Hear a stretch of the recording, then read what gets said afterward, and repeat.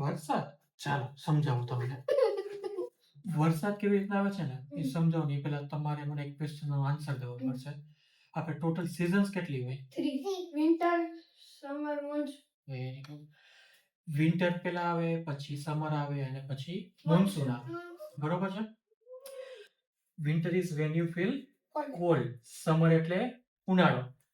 બરોબર? અને monsoon is called, ચોમાસું ઇન ગુજરાતી. બરોબર છે?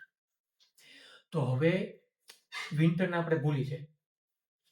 આપણે બે સિઝન્સને ધ્યાનમાં રાખીએ, સમર એન્ડ મોન્સૂન. સમરમાં શું થાય? એટલે સન આપણી ઉપર હોય તો ટેમ્પરેચર વધી જાય અને ગરમી લાગે આપણને. પરસેવો વળે ને આમાં થાય ને નિયમને પરસેવો વળે, વિધાનને પરસેવો વળે, બધાયને પરસેવો વળે. પરસેવો શું કામ વળે? કે સન આપણી ઉપર છે, એટલે કે સનનું ટેમ્પરેચર બહુ વધારે હોય. આપણી આજુબાજુનું ટેમ્પરેચર હોય ને ફૂલ વધારે હોય, એટલે શું થાય? આપણને પરસેવો વળે. તો આપણને જેમ પરસેવો વળે ને તેવી રીતના જે રિવર હોય, નદી હોય, ડેમ હોય, જ્યાં જ્યાં પાણી ભરેલું હોય ને અહીંયા સનનો ડાયરેક્ટ પ્રકાશ આવે. બરોબર છે? સનલાઇટ આવે તો શું થાય? જે વોટર હોય ને એ ઇવોપોરેટ થવાનું ચાલુ થાય. ઇવોપોરેટ એટલે કે બાષ્પીભવન.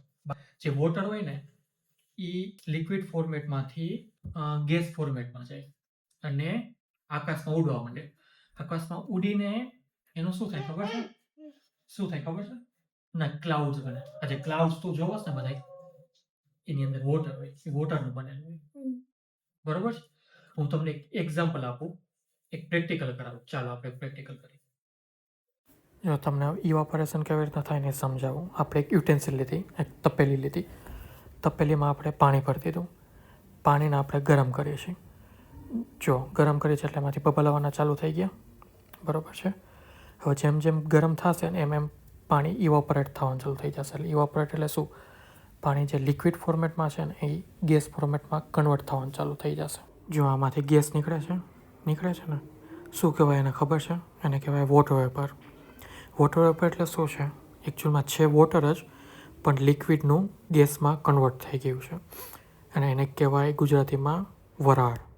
હવે આપણે છે ને જો ઢાંકી દઈએ થોડીક વાર. હવે છે ને આપણે જે ઢાંક્યું છે ને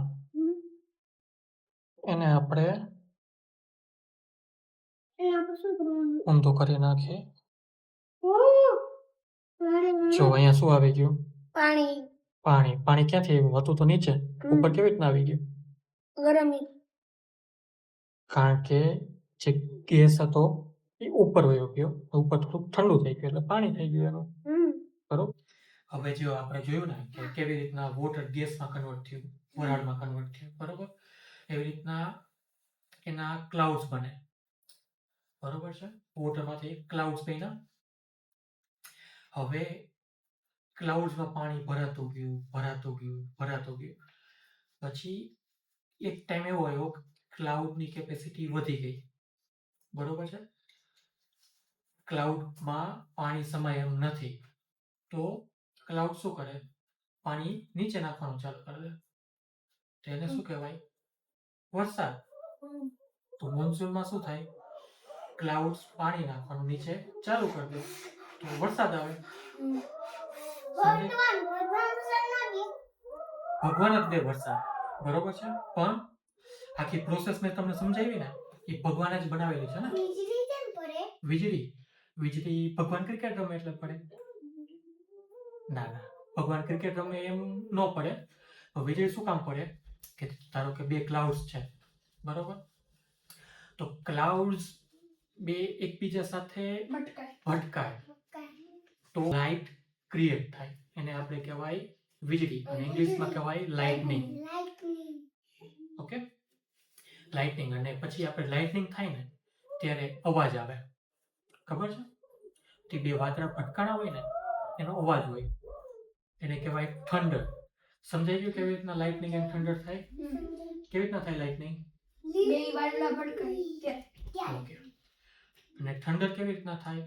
જ્યારે બે વાદળા ભટકાય એનો અવાજ આવે ત્યારે. બરાબર છે. Very good.